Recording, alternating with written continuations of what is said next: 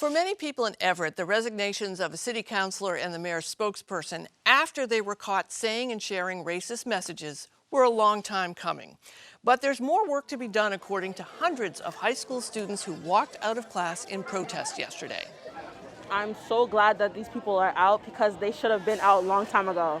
We want more people of color on their seats. We want them to resemble us and them to make choices on our behalf. We need change! We need change! About an hour before that walkout and ahead of another rally outside City Hall, Everett Mayor Carlo DeMaria announced his communications director, Deanna Deveney, and City Councilor DiPierro were both stepping down. It's an announcement that came more than 2 months after we learned DiPierro shared a racist meme with others in the city, referencing the N-word numerous times. And it was also more than a week after we learned of a leaked recording of DiPierro and Deveney joking about accusations of racism, with Deveney telling DiPierro to bring one of his, quote, dark friends, end quote, to an upcoming event. And in the days since, two high-profile Massachusetts figures spoke on the issue here on Greater Boston and Boston Public Radio. People like that should not be serving in office. It's quite simple. If he doesn't have the decency to know he should step down, then he should be made to step down. This is going to be a telltale moment. What do you want to be? What do you want to be remembered as? But the now former city councilor DiPierro doesn't think this should end with him, saying in a statement yesterday, quote, "I take full responsibility for my actions and encourage others who participated in this hurtful and sensitive banter to also do the right thing and step down from their positions in city government." I'm joined by the Chief Equity Officer for Everett Public Schools, Cory McCarthy, and Stephanie Everett, the Boston Globe reporter who published the details of the leaked recording and has been following the accusations in Everett closely over the last several months. Welcome to both of you. I want to start with you, Cory McCarthy. Who is he speaking about, and can we expect more resignations and more accusations to come to light over the next few days or weeks? You know, I'd be remiss to not mention, thank you to GBH for having me. Thank you for the members of GBH for really speaking out and giving folks the platform to speak out. Thank you to Ms. Ebert on the call as well. Thank you to the leader Harold and Paula Ceriti as well for really pushing these issues in Everett to the forefront. I think it's very clear, right? Morally corrupt politicians. There is a direct link between them and crimes against children. And when they are speaking to other people, they know there are people who are not supportive of their community, who stand to gain monetarily and to gain social capital from defrauding and corruption against their community. So he knows exactly who he's talking to. We know who they are talking to. There are more dominoes to fall. And I think the students made it very clear that they're very much aware of that. This is not a one and done situation. You know, Cory, if you go to the Everett website, there's a lot of talk about inclusion and welcoming and all sorts of wonderful things that Everett is indeed when it comes to the diversity of the city. Is the mayor up for the job of making sure that those who share racist beliefs or have been talking in such a way need to come forward and resign? I think, you know, are we holding, it depends on, it's two different kinds of Everett, right? Are we holding this mayor accountable to what he says or what he does, right? And if we're able to, he should resign based on us holding him accountable to what he does. But if they want to continue with someone who has been speaking in a, quite frankly, a silo of emptiness for so long and not really following through on the things he says, sure. But this mayor has shown that he has, one, condoned such behavior, two, spoken and treated women in particularly poorly in meetings.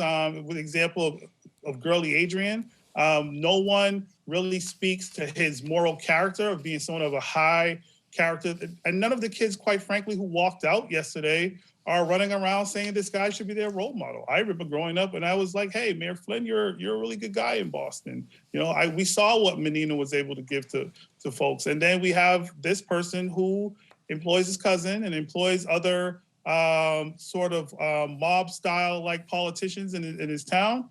No, I think the people spoke very clearly yesterday. Stephanie, before we get you, I want to show an excerpt from Mayor Carlo DeMaria's statement last night on the City Hall resignations.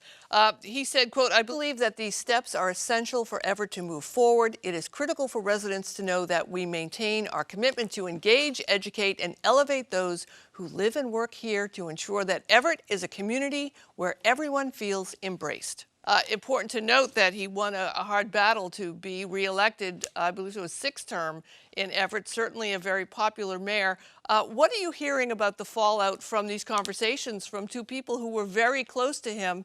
And just from watching the video and reading the stories, this is a very familiar, intimate conversation that they were having. There was a million different ways they could have had that conversation that wouldn't have been offensive, but they went there. What are you hearing? I think the reason we're hearing about this and this is all happening now is that people have really had it with this. I think the public showed yesterday, both the students walkout and the rally later in the evening, that they are just not tolerating it.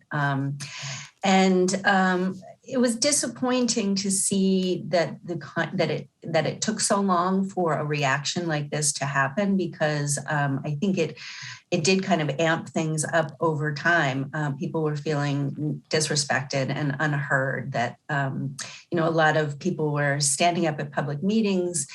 People have been coming repeatedly and, asking for council to say something, for, the mayor to do something more demonstrative to denounce that kind of language. And the mayor had spoken up and said, the right things before, but there's a sense of everybody tolerating it that was really rubbing people the wrong way and giving the wrong message in Everett. So I do think there's a lot more to come. This is nowhere near resolved. And unfortunately, there's a lot of moral relativism going on in Everett. And I think there's going to be a lot more finger pointing done before all of this is quieted down. What do you mean by that? What do you mean by the moral relativism? Well, a lot of this stems from a dispute that is going on in court right now. The city clerk and the mayor are at odds over a private real estate deal that they were engaged in. And a lot of these private messages have been unearthed because of that exchange, because of the lawyers who are involved. So there's no doubt that there's a lot of tumult, a lot of dust that's been kicked up because of that. The unfortunate part is so much has been reduced to these kind of petty political battles that people haven't been able to see kind of the larger message that they're conveying to the public and that the residents are getting, which is that they feel disrespected and they don't care who's saying what. They care that somebody who's an official in the city of Everett is saying those things. And what does that say about their city? I think that there's going to be quite a lot more finger pointing and scrabbling as this goes on, but that this is an important step that has been taken, and that people seem very gratified to see some kind of action. Cory, we are marking the anniversary of the murder of George Floyd, and also the anniversary of the outcry across the nation, especially many younger people, many teens and young adults going to the streets and protesting and demanding change. And obviously, we're 2 years in. One could argue that we really haven't seen the change that they were demanding. What are the kids, teens, and young people in Everett telling you about how they're feeling at this moment when elected officials and people in power are using language that they have so strongly condemned, maybe publicly, but behind closed doors, it's business as usual? Every student of color has a story, right? And every white student has a story of a student of color who is their friend, who has a story. So that means that the students, the most incredible students that have ever been around, are living harmoniously, right? And they are feeling that they do not have up until yesterday, March 23rd, 2022, when they decided to move mountains, they did not feel that there was an avenue for them to voice their concerns, or even if their opinions mattered, right? And I think they took matters into their own hands. It started with 6 students, and they, much like history has taught us, the young people always move the mountains. And so they are feeling right now, today, and the communication I've had with students, they feel empowered. They are taking notes. They know who didn't call for these people to resign, right? They are politicians who didn't call for these people to resign. They are executive board members who didn't call for these people to resign. There are school committee members who did not call for these people to resign. You know who did? The people on this call, right? And our superintendent and the students. So that says a whole lot. Can we move forward where Everett is not reliant on the Attorney General and Rachel Rollins to really push corrupt politicians out of Everett? Stephanie, this seems like one of those moments. We have them a lot. Sometimes they don't pay off, but one of these moments where elected officials from some of these greater Boston and urban towns in Massachusetts. I'm from Revere. I'm well acquainted with the Everett, Medford, Melrose, Chelsea, Winthrop, cabal, if you will. But there seems this moment where people who may have grown up one way and thinking things that are now in charge, who are white, and maybe saying things publicly so they can attract business, so they can attract casinos, so they can attract funding, are going to have a reckoning coming where if they don't walk the walk and talk the talk that they're saying they do, it's not just about being programs, it's also adding programs and finding funding. It's also about behaving in a way even when you're with other white people. Is that a message that you think is getting through to lawmakers, not just obviously here, but everywhere? I mean, I would hope that it's getting through to everybody. It's been striking to me just how many people in Everett just really don't get it. I mean, I think everybody who's white, we all had a lot to learn these past few years, but it's still so striking to me to see the way that things are normalized or swept under the rug in a place like this, and just how casual it is and how common it is that,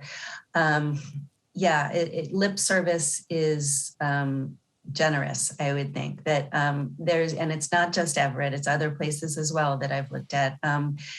And, I started looking into communities like this because of Girly Adrian, the first Black woman who was elected to city council there, who was having such a hard time with her colleagues, giving her such a hard time. There's a lot going on. There's always two sides to every story. There's always a lot of backstory, but you have to really spend some time and listen. If you spend some time and listen to people, you will still hear very unvarnished discrimination. And it's disappointing, of course. And I do think that it requires a lot of airing of these things so that it's not dismissed as mere political correctness or, word policing. Right. The Facebook pages alone and some of the city council meetings alone are enough to keep you busy, Stephanie Everett, for quite a long time. And you as well, Cory McCarthy. I thank you both for joining us, and you'll keep us posted as this story develops. Cory McCarthy, Stephanie Everett, thank you. Thank you. Thank you.